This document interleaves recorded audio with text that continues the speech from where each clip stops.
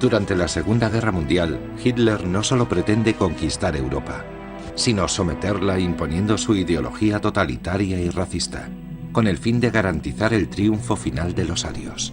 Sin embargo, esta hegemonía encuentra oposición desde el principio. En los países ocupados, hombres y mujeres que se niegan a aceptar la fuerza bruta se levantan y resisten. No son más que una minoría que a menudo con medios irrisorios ponen en peligro sus vidas diciendo no al nazismo y haciendo todo lo que pueden por combatirlo. Estos combatientes en la sombra desde las 4 esquinas de Europa nos desvelan la historia excepcional de su compromiso. La resistencia, el combate.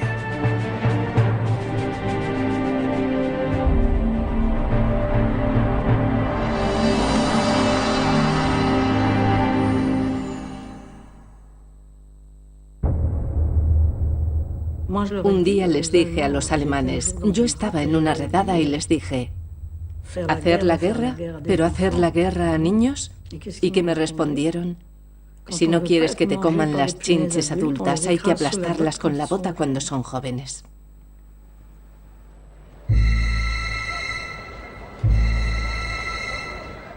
Prosiguiendo la conquista de Europa, allí donde Hitler es el amo, trata de realizar su plan: destruir a los judíos.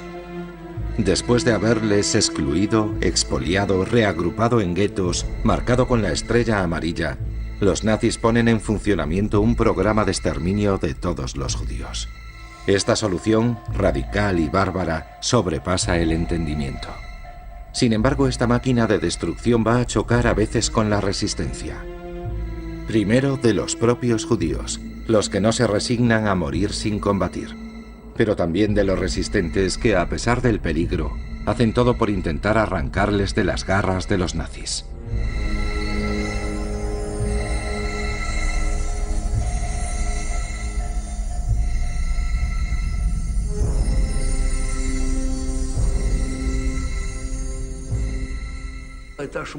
Corrió el rumor de que en Lituania las cosas iban mal para los judíos porque los lituanos eran antisemitas y mataban a los judíos, y habían convencido a los alemanes para que mataran a los judíos. Pero no lejos de allí estaba Bielorrusia, y los bielorrusos eran mejores. Allí no había genocidio.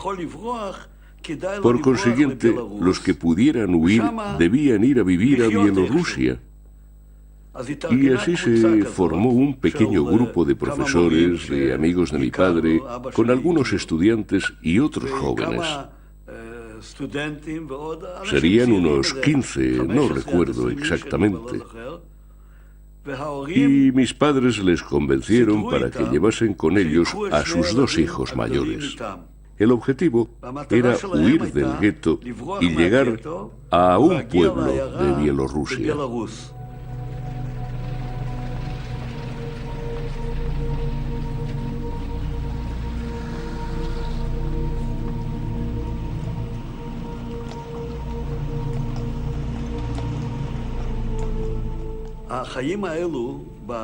En aquel pueblo vivieron hasta el 11 de marzo de 1942. A las 4 o las 5 de la mañana pasó un coche militar alemán y a través de altavoces ordenaron a todos los habitantes judíos que salieran de sus casas. Todos debían reunirse en la plaza central del pueblo. Cuando oí aquello dije, yo no voy. La dueña del piso donde yo vivía me dijo, ¿por qué? Y yo le dije, yo estuve en Vilna y sé lo que pasó allí, yo no voy. Y eso es lo que hice, me arranqué la estrella. Yo no tenía aspecto judío, tenía los ojos azules y mucho cabello rubio todavía. Y fui corriendo a casa de mi hermana para ver si estaba bien. En la calle había un silencio de muerte, un silencio horrible. Aquí y allá se podía ver a una familia de judíos que iba a la plaza arrastrando los pies. Y cuando llegué, donde vivía mi hermana, me dijeron, ya se han ido, ya deben estar en la plaza. Yo dije, bueno, yo no voy a la plaza. Fui al garaje donde trabajaba. En el garaje tenía algunos amigos rusos, compañeros de trabajo. Unos sabían que yo era judío, otros no. Pero allí yo era un extranjero, porque en el pueblo yo era extranjero. Un amigo ruso vino y me dijo: ¿sabes una cosa? Ven, voy a esconderte. Y añadió: te quedarás ahí escondido hasta que yo te diga lo que tienes que hacer. Y así pasó un día.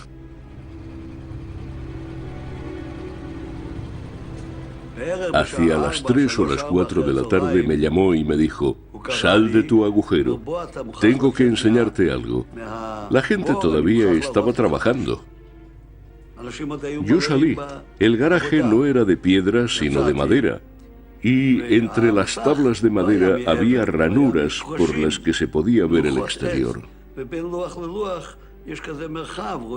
Yo miré por entre dos tablas y vi que fuera había una fila muy larga de gente. En la colina había una granja y se oían disparos todo el tiempo.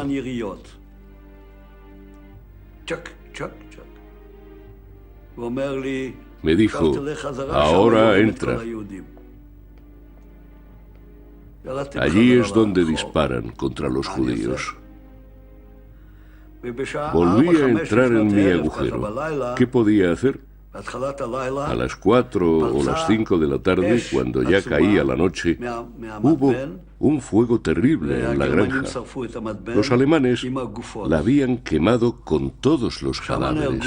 Allí fueron asesinados 840 judíos de aquel pueblo y los quemaron. Días más tarde, aún no se podía andar por el pueblo porque el olor de los cadáveres quemados en la granja planeaba sobre toda la región. Mi hermana tenía 19 años. Era una chica guapa. Era rubia, alegre. Pero yo no podía contar aquello a mis padres. Les dije que se había ido, que había huido, no sabía dónde. Pero yo sé que la mataron allí, con la familia que la había acogido.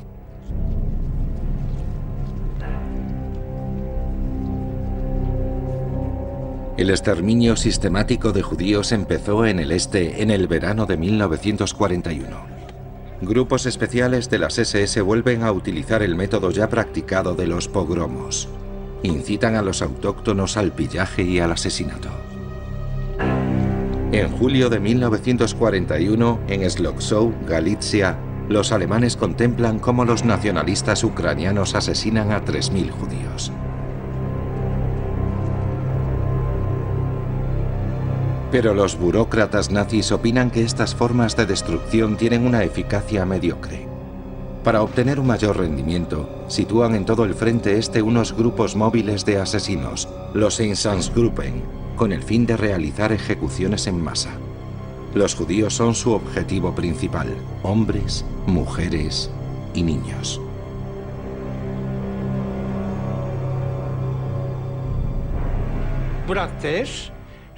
Mi hermano y yo fuimos requeridos para enterrar a todos los que habían sido fusilados. Nos dieron palas, nos rodearon. Habían perdonado la vida a una cincuentena de jóvenes para obligarles a enterrar los cadáveres. Nosotros fuimos al pueblo de Stonivievsky, a 6 kilómetros de Ibi. Allí habían abierto 2 grandes fosas. Y en las fosas había 2.500 judíos fusilados. Mujeres, ancianos, hombres, niños. Y nosotros tuvimos que cubrir todo aquello con tierra y cal. Fui testigo de cosas espantosas. Vi niños pequeños, amigos que yo conocía, que habían sido fusilados. Estaban desnudos y habían sido fusilados. Y la policía polaca andaba por allí. Estaban todos completamente borrachos.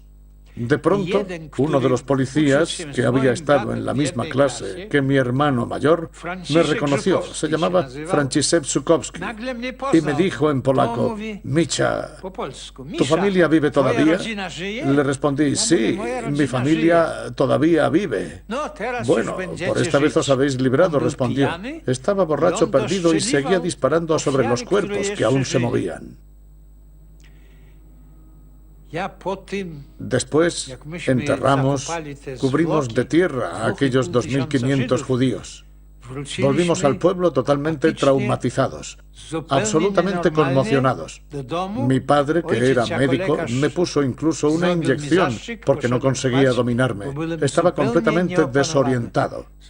Y a partir de aquel día, empezamos a plantearnos la necesidad de unirnos a los partisanos. En realidad todavía no habíamos oído hablar de ellos, pero ahora sabíamos que era la única cosa que se podía hacer, porque aquello iba a ser el fin de los judíos. Pero los métodos de exterminio con balas tienen un escaso rendimiento y son psicológicamente difíciles para los asesinos. Por eso los ingenieros nazis trabajan en una racionalización de la solución final deseada por Hitler.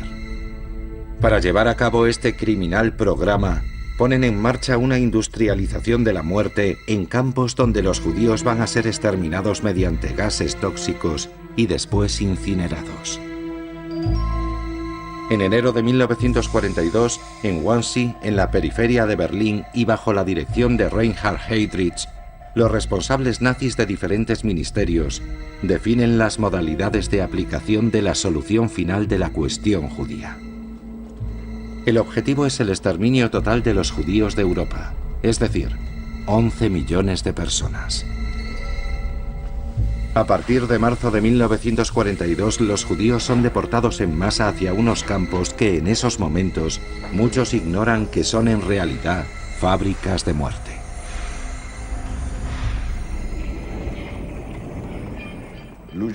Después de varios meses de hambre, la gente estaba hinchada por la malnutrición.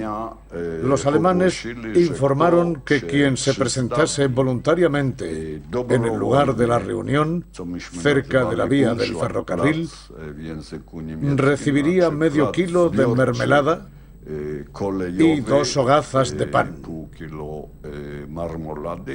Y la gente iba voluntariamente para recibir el pan y poder llenar su estómago, que lanzaba gritos de hambre. Y no importaba a dónde fueran. A veces no quedaba sitio en los vagones y la gente tenía que esperar en el andén. Y esperaban. Los trenes volvían vacíos, aunque no del todo, porque volvían con la ropa de la gente.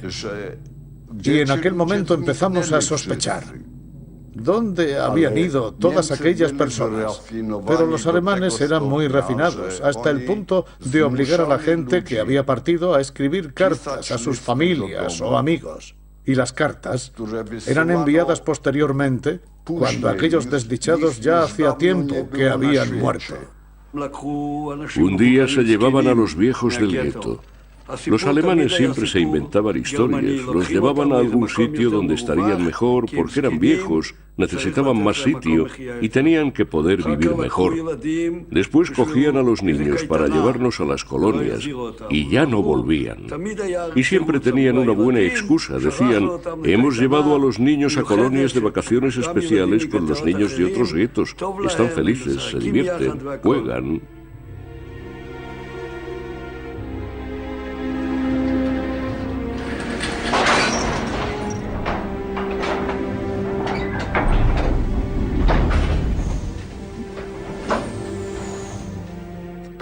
No obstante, en un momento determinado, empezamos a comprender que en todos aquellos bonitos arreglos había algo que no encajaba.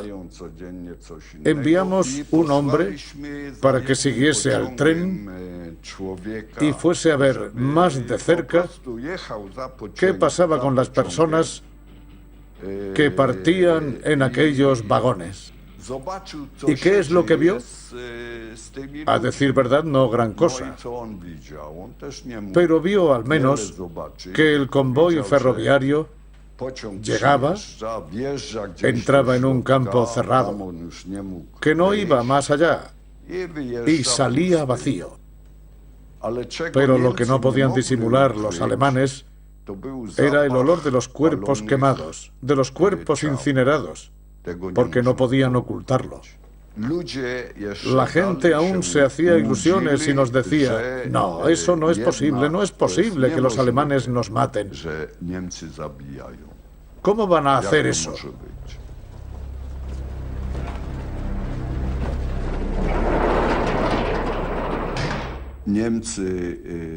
Yo estaba convencido de que la intención de los alemanes era eliminar a toda la población.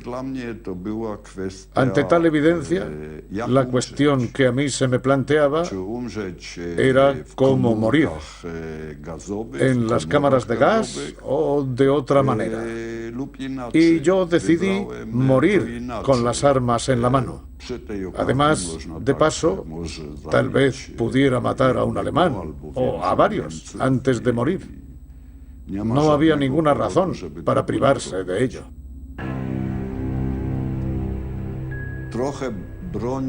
Había algunas armas, casi nada, algunos revólveres viejos. En general, eran de los nuestros, de los judíos, que compraban armas a los arios fuera del gueto. Hacíamos túneles en la base del muro y las metíamos por allí. Había dos escuelas, dos culturas. Una decía: hay que combatir en el gueto, como en Varsovia, y morir. Porque era evidente que después de combatir en el gueto no se podía salir vivo de allí. O bien hay que huir al bosque y luchar con los partisanos. Mi amigo y yo estábamos a favor de esta última forma de combate. Queríamos combatir en el bosque, no en el gueto. Y cuando me dispuse a ir, avisé a mis padres, les dije: voy a luchar. No me recibieron con lágrimas, ni intentaron convencerme de que me quedase. No me dijeron: por piedad, no nos dejes, tenemos nietos, que es lo que ocurría en muchas otras familias. En mi caso no fue así, tuve suerte. Me fui con la conciencia tranquila. Y no solo eso, mis padres se ocuparon de mí durante toda la semana, durante los 5 días, hasta mi marcha, de manera increíble. Me llevaron al zapatero para hacerme zapatos. Me encargaron una cazadora que abrigaba bien, de piel de cordero. Me fui con su bendición y no con sus lágrimas, no con la sensación de abandonarles. Después los asesinaron. En Lituania, el 95% de la población judía fue asesinada durante la ocupación alemana. Pero si en el este de Europa el proyecto nazi se apoyó en un virulento antisemitismo local, en el oeste, por el contrario, las operaciones de deportación de la población judía a veces resultaron complicadas. En estos países de fuerte tradición democrática, algunos individuos se levantaron espontáneamente contra los nazis y sus cómplices para ayudar a sus conciudadanos perseguidos. Yo entré por la puerta grande. Quiero decir que vi a niños de mi clase que llevaban la estrella y que después ya no venían a clase. Y dije: aquí hay que hacer algo. Es decir, todo el claustro de profesores dijimos: hay que hacer algo para impedir esto. Y en ese momento entré en contacto con una organización de la resistencia que se llamaba Comité de Defensa de los Judíos, sección Infancia. Dejé la enseñanza y entré a tiempo completo en esa organización de la resistencia. El gobierno belga estaba en Londres durante la guerra y nos enviaba dinero a través de Suiza. Llegamos a disponer en aquella época de 20 millones de francos belgas, lo que hoy representa una fortuna, porque ocultar a los niños, alquilar pisos para esconder a la gente, Todo eso costaba mucho dinero. Al principio, nuestros conciudadanos judíos recibieron órdenes de acudir por sí mismos al campo de concentración que estaba en Malinas. Y empezaron a ir porque les amenazaban, porque les decían, si no vais, cogeremos a vuestras mujeres y a vuestros hijos. Por supuesto, muchos acudieron a la convocatoria, pero pronto la resistencia entró en acción y les dijo, tenéis que negaros. Pero a partir de ese momento, la gente tuvo que esconderse, y no es fácil esconderse en un país tan pequeño como Bélgica. En Dinamarca, a partir de 1940, el gobierno colaboracionista dirigido por Erik Scavenius se niega a promulgar una legislación antisemita, a pesar del acuerdo marco que le une a Alemania. Pero en agosto de 1943, los alemanes disuelven el gobierno danés y se hacen cargo directamente del control del país, instaurando la ley marcial. Los resistentes daneses comprenden entonces que los judíos de su país están en grave peligro y se plantean pasarlos a Suecia, país próximo y neutral. Lo primero fue hacer una colecta para recaudar fondos. Mi hermana y Klaus Rudolf fueron a ver a los grandes propietarios rurales de Sealand y recogieron 500.000 coronas en un fin de semana. Después hacían falta barcos para transportar a los judíos. Dos hermanas, Eva e Iva Lund, que eran miembros de nuestro grupo, conocían a un armador de Copenhague que equipaba barcos. Se dirigieron a él para preguntarle si podría encontrar patronos de barcos de pesca que aceptasen, bien pagándoles, bien a cambio de buenas palabras de agradecimiento, transportar judíos a Suecia. Conocía a algunos, y en 24 horas se armó una pequeña flota de 10 o 12 barcos. Así pues, teníamos barcos, dinero y armas, y hasta pisos donde esconder a los judíos. Lo único que nos faltaba eran los judíos. No conocíamos a ninguno.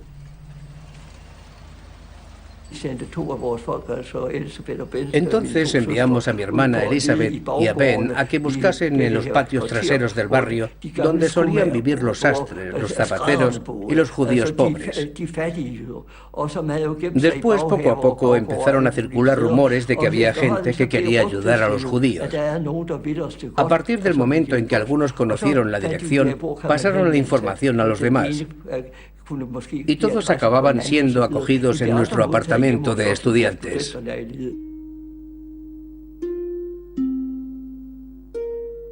Cuando iba a casa de los niños, ya sabía qué edad tenían. Y les decía a sus padres, preparad una maleta pequeña con un mínimo de ropa, vendré a buscar al niño mañana o pasado. Pero también tenía miedo de que hubiese redadas en las 2 o 3 noches siguientes. Siempre estábamos luchando contra el tiempo. ¿Quién llegaría primero a hacerse cargo de los niños? ¿La Gestapo o nosotros?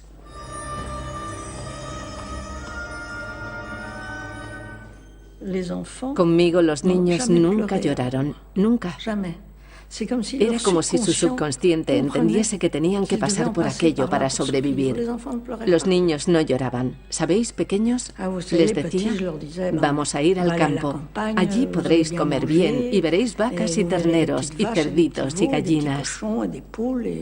Y los niños me seguían. No, los niños no lloraban. Los niños que yo iba a buscar debían tener entre 5 y 10 años, pero en ocasiones iba a la maternidad a buscar niños que acababan de nacer. Me decían, ¿dónde va a llevar a mi pequeño? No se lo puedo decir. Yo no la conozco, nunca la he visto. Quiere llevarse a mi niño sin decirme a dónde lo lleva. Y yo decía, tiene que confiar en mí.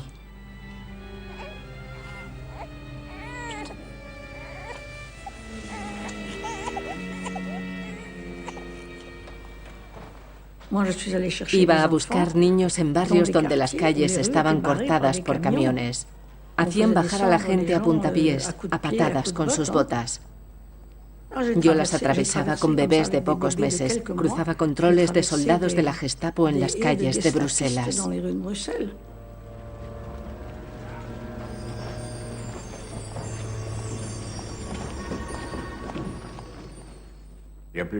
Me colocaron en un sitio donde había un teléfono y yo tenía que contestar cuando sonaba.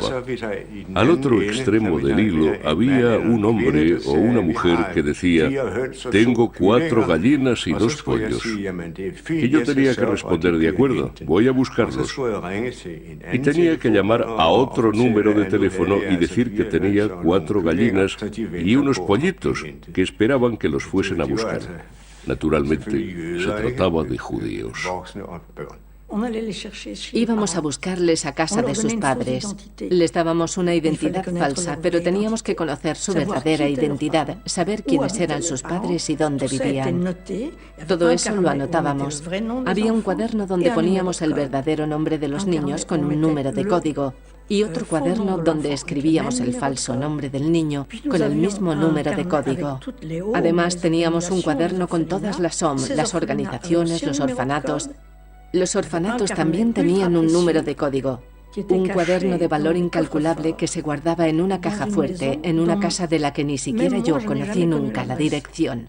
Solo uno de nosotros conocía la dirección. Y, por ejemplo, todas las informaciones que yo debía darle, como saber dónde estaba el niño, el verdadero nombre, el falso nombre, la dirección de los padres, dónde estaban, cuánto había que pagar cada mes, los timbres de habituallamiento que había que llevar, todo eso se hacía fuera. Me encontraba con la gente en el exterior, nunca supe dónde estaba la oficina clandestina. Entre nosotros había verdaderos compartimentos estancos y gracias a eso, ninguno de nosotros fue detenido. Yo debía ir allí con el taxi y llenarlo de judíos que tenía que llevar conmigo. Iban 4 personas, bien apretadas en el asiento trasero. 2 delante de ellos en asientos abatibles y otros 3 más en el suelo. Iba con aquellos judíos completamente aterrorizados. Se sentía una angustia espesa en el taxi. Yo iba delante y tenía que resolver los problemas que se presentasen. ¿Cómo? No lo sé. Yo era un joven estudiante y tenía que salir del paso como fuera.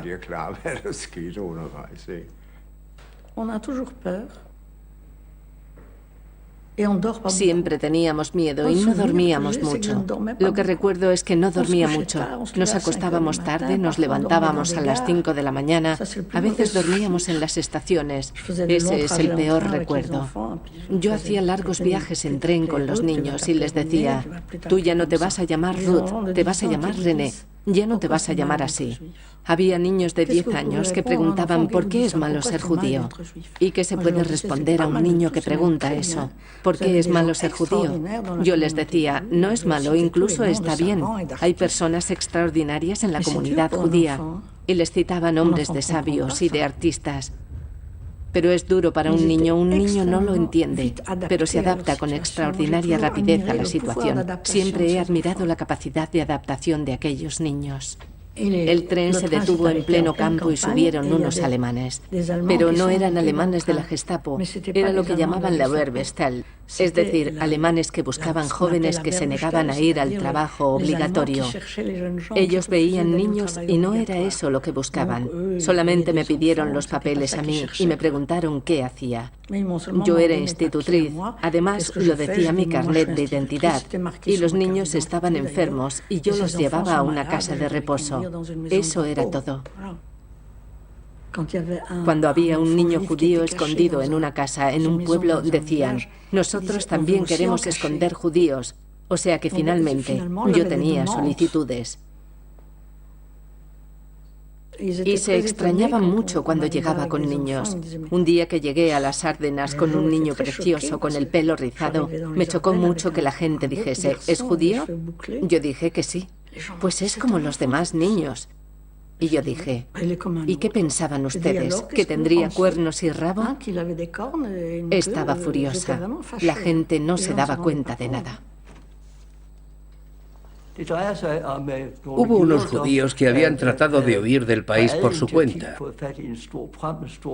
Habían conseguido encontrar una embarcación, una barca sin motor y sin remos.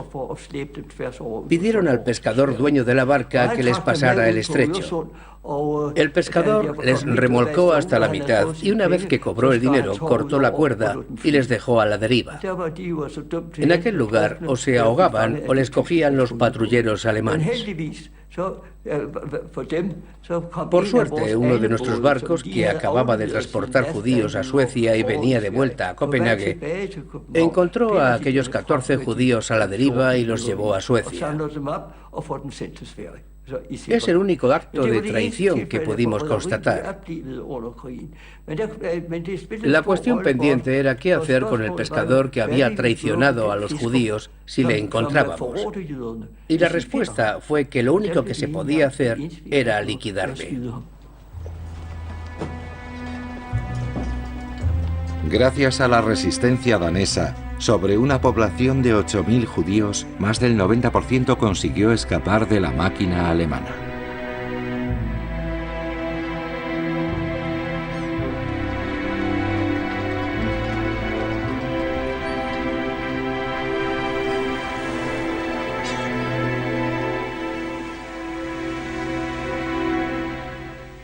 Algunos fueron deportados, es decir, que no pudimos salvar a todos. Pero a partir del momento en que entramos en acción, pocos niños fueron llevados al campo de concentración.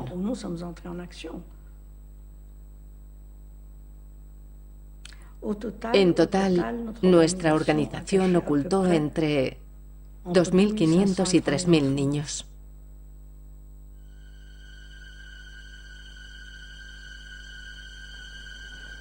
En 1943, mientras prosigue la liquidación del gueto de Varsovia, los 40.000 últimos supervivientes apenas dudan ya de la suerte que les espera. Una cosa ha cambiado. Los grupos de resistentes que se han constituido están decididos a pasar a la acción. El 19 de abril de 1943, 850 soldados alemanes penetran por la fuerza en el gueto para acabar con él. Pero los resistentes les esperan tras las barricadas, en las casas y en los sótanos. Nosotros estábamos en el puesto de observación y desde allí veíamos llegar a los alemanes. Yo quería que al menos la mitad del grupo estuviese ya dentro del gueto y que la otra mitad estuviese aún en el exterior, porque entonces habríamos hecho una verdadera carnicería. Los alemanes estaban completamente aturdidos y tuvieron no sé cuántas víctimas. Algunos centenares de combatientes mal equipados hacen retroceder a las tropas de élite alemanas. El general de las SS Jürgen Stroop, que dirige la operación, hace venir carros de combate de refuerzo y 2.000 hombres suplementarios. Los alemanes estaban convencidos de que iban a conseguir sus fines en 1 o 2 días y que el gueto sería liquidado sin mayor dificultad, y de pronto encontraron resistencia. Eso no estaba en absoluto previsto en sus planes. Los alemanes bombardearon el gueto. Le prendieron fuego para acabar con él. El incendio rugía por todas partes. No sé cómo pude atravesar las llamas, porque todo era una hoguera de punta a punta. No sé cómo lo conseguí. Lo único que se podía hacer era lo que yo hice. Busqué un trapo y pude humedecerlo. Con el trapo mojado, me protegía los labios y la nariz para poder respirar, porque era un verdadero infierno en la tierra. Los alemanes incendian sistemáticamente las casas y llenan de humo los subterráneos para desalojar a los resistentes, piso por piso, sótano a sótano.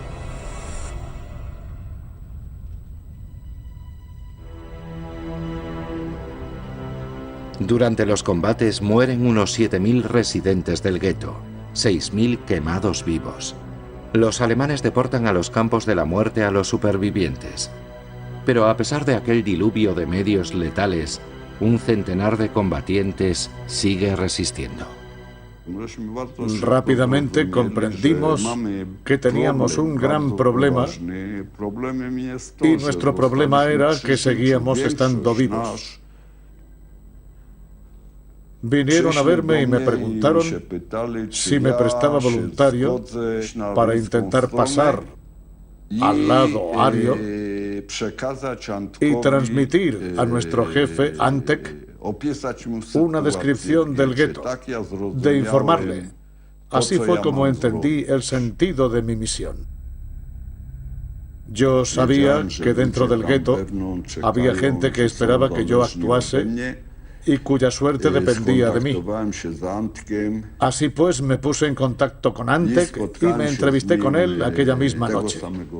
Pero comprendí que nadie nos esperaba para intentar venir en ayuda de los combatientes y que tampoco soñaba nadie con la eventualidad de que la gente pudiera sobrevivir a aquellos combates y que habría que sacarlos de allí.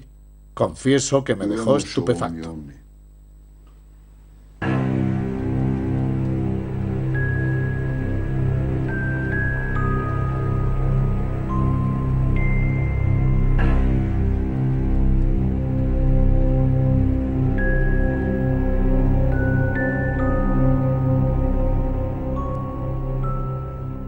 En el bosque todavía no había judíos, había varios grupos de partisanos. Uno en particular constituido por paracaidistas que habían lanzado los comunistas. Eran lituanos. Había también supervivientes del Ejército Rojo y bandas armadas que rondaban por el bosque y robaban la comida de los campesinos. Estos carecían de cualquier ideología, salvo la de sobrevivir. Quizás hubiese también criminales, tal vez presos comunes, en resumen, todo tipo de gentes. 2 días después llegó un segundo grupo y 3 días más tarde otro grupo. Y luego llegaron grupos de otras organizaciones. En total llegaron al bosque unos 500 o 600 partisanos del gueto.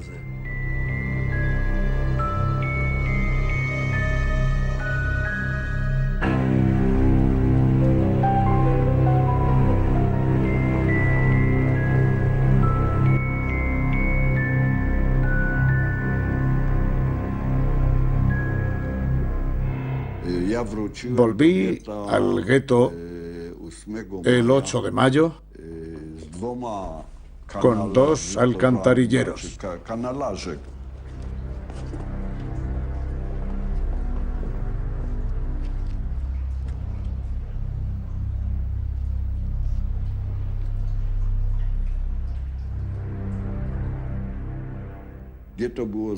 El gueto estaba completamente destruido, completamente. 10 días antes todavía se podían reconocer las calles, aún quedaban casas en pie. Ahora todo estaba destruido. Yo conocía el gueto de memoria. Yo debía encontrar los sitios donde sabía que tenía que haber combatientes. Y no sé cuántas horas estuve corriendo de un lado a otro. Al menos 2 horas. Pero no encontré a nadie. Pensaba que era el único judío vivo, al menos en Varsovia. Entonces decidí quedarme allí y esperar. Sabía que los alemanes llegarían al amanecer y era evidente que me iban a encontrar. Entonces podría disparar mis últimos cartuchos. Después todo habría terminado. De pronto oí la voz de una mujer que me respondía desde los escombros que me rodeaban. Traté de encontrarla entre las ruinas. Es algo que nunca podré olvidar. Traté de localizar la voz. Me parecía que venía desde la derecha, después desde la izquierda, delante, detrás. Creo que estuve buscando entre las ruinas al menos media hora, sin resultado. Además me dijo, tengo las piernas rotas.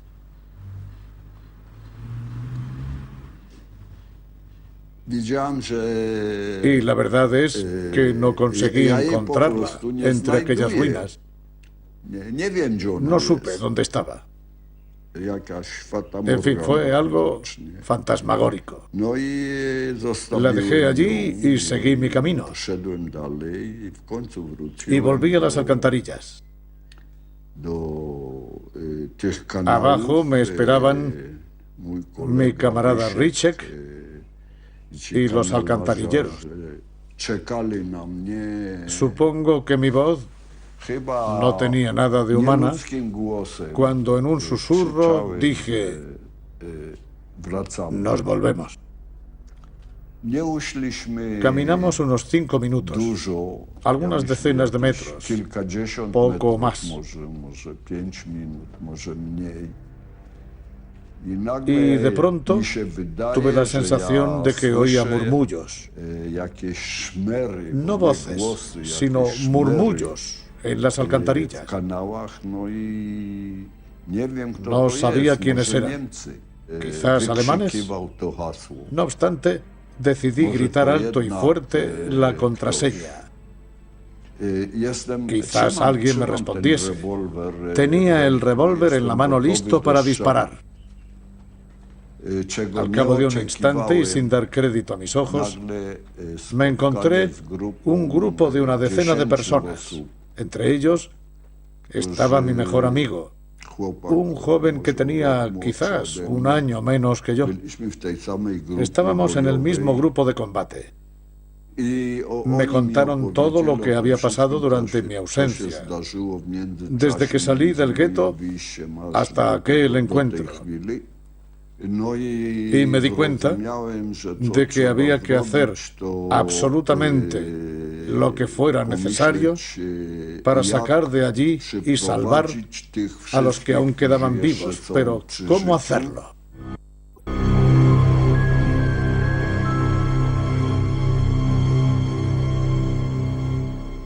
Los partisanos empezaron a organizarse en grupos de combate y la unidad lituano-rusa de paracaidistas necesitaba gente, combatientes, para hacer más grande su grupo. Vinieron a ver al grupo judío para que les diésemos hombres, pero los judíos no los cedían fácilmente, los necesitaban, y hubo un verdadero mercadeo. Los rusos daban armas y elegían una o dos personas. A cambio, ellos daban carabinas, revólveres, granadas. Ellos tenían armas y nosotros teníamos hombres. En uno de esos trueques yo fui con ellos y los judíos recibieron un arma. De ese modo, todo mi período de resistencia lo viví con un grupo no judío, más bien ruso y principalmente ucraniano. Me dieron una carabina de la época del zar, un trasto de 2 metros de largo, con una bayoneta. Y lo primero que me dijeron, lo dijeron en broma, claro, pero siempre hay un fondo de verdad en las bromas. Fue: los judíos son miedosos, por eso te damos un arma curva. ¿Y por qué un arma curva? Porque el judío se esconde detrás del árbol y entonces necesita un arma curvada para poder disparar. Solo era una broma.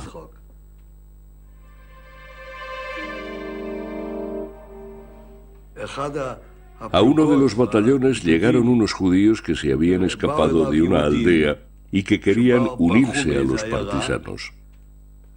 El comandante mató a los chicos y violó a las chicas. Había 3 o 4 chicas jóvenes que se habían unido al grupo y las violaron. Cuando el mando comunista se instaló en el maquis, impusieron reglas a través de los comisarios políticos. Uno de aquellos comisarios políticos, un comandante enviado por Moscú, llegó a aquella unidad y oyó lo que había pasado con los judíos. Reunió a todo el batallón, cogió al comandante, le puso ante un tribunal militar, le condenaron y fue ejecutado en el acto.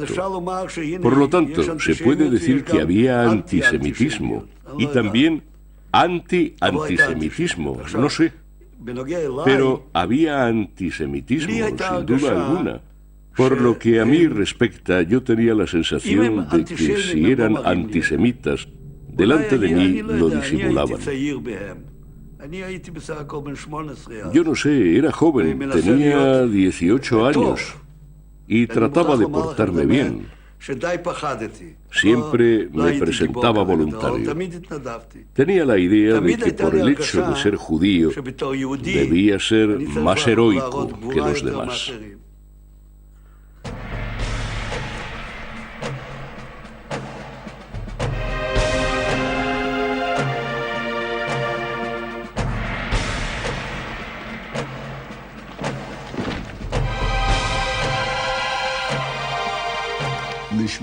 Habíamos pensado que necesitaríamos 2 vehículos y nos habíamos citado para la mañana siguiente, cuando se levantase el toque de queda.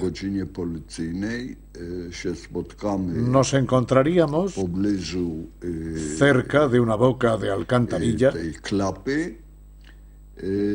para sacar a todos los que estaban en el interior. Al día siguiente, por la mañana, fui al lugar acordado y Ptaszek no estaba allí. Pasaron 1, 2, 3 horas y seguí esperando. No tenía elección. Era mi único contacto. Si Ptaszek no llegaba, todo se iría al traste. Por fin llegó el susodicho Ptaszek con su camión y comenzó la salida de aquella gente. Todo aquello duró mucho tiempo.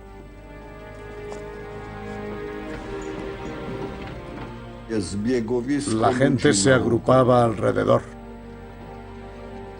Evidentemente nunca habían visto algo así en pleno día. No lejos de allí había un puesto alemán. Y de pronto, en medio de todo aquello, un policía polaco se dirige hacia los alemanes. Sin pensarlo un segundo, me acerco a él y le digo: escuche, señor, lo que está ocurriendo es una acción de la resistencia polaca. Como un niño obediente, giró los talones y se fue en sentido contrario. Al cabo de una media hora veo que ya no sale nadie del agujero. Para asegurarme, grité: ¿hay alguien ahí? Nadie me respondió. Salté al camión y dije: vámonos. En ese momento, Silvia Lubetkin me dijo: todavía queda gente abajo. Yo estaba dispuesto a quedarme, pero mis camaradas me dijeron: tú te vas, nosotros esperaremos. Yo dije: de acuerdo. Aún queda un coche para cuando salgan. Nos veremos en el bosque. Esperé 1 hora. 2 horas. Sabía que algo había ido mal. Ninguno de los que había quedado en las alcantarillas salió vivo.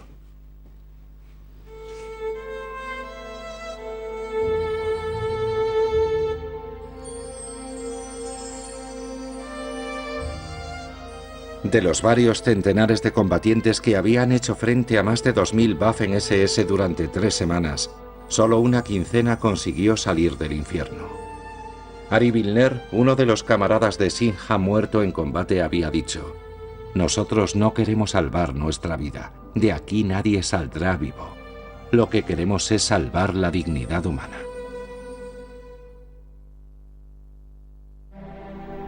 En el próximo episodio, el auge. Yo conducía la bicicleta y al mismo tiempo tenía que levantar el codo para que Annie pudiera pasar su brazo y disparar.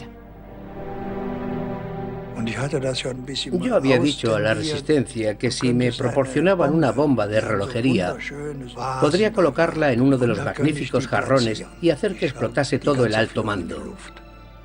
Se abrió la puerta y subió un alemán. Yo me dije, bueno, ya está. Se dirigió al que estaba en el rincón de la ventana y le dijo en buen francés: perdone, señor, cuando termine su revista, ¿le importaría pasármela? El 25 de julio fue maravilloso. Era la caída del fascismo y para mí el día más hermoso de mi vida. Salí a la calle, estuve paseando, me encontré con un montón de gente que yo no sabía que era antifascista. Nos abrazamos. Había 4 motores diésel. Unimos todas aquellas bombas. Pusimos las mechas de 3 minutos. Y allí estábamos, en el puente de Knispelsbro. Y después, de repente, saltó por los aires. Fue la explosión más hermosa que jamás había oído. Hizo boom primero y a continuación boom. Y después boom otra vez. Verdaderamente fue un gran día.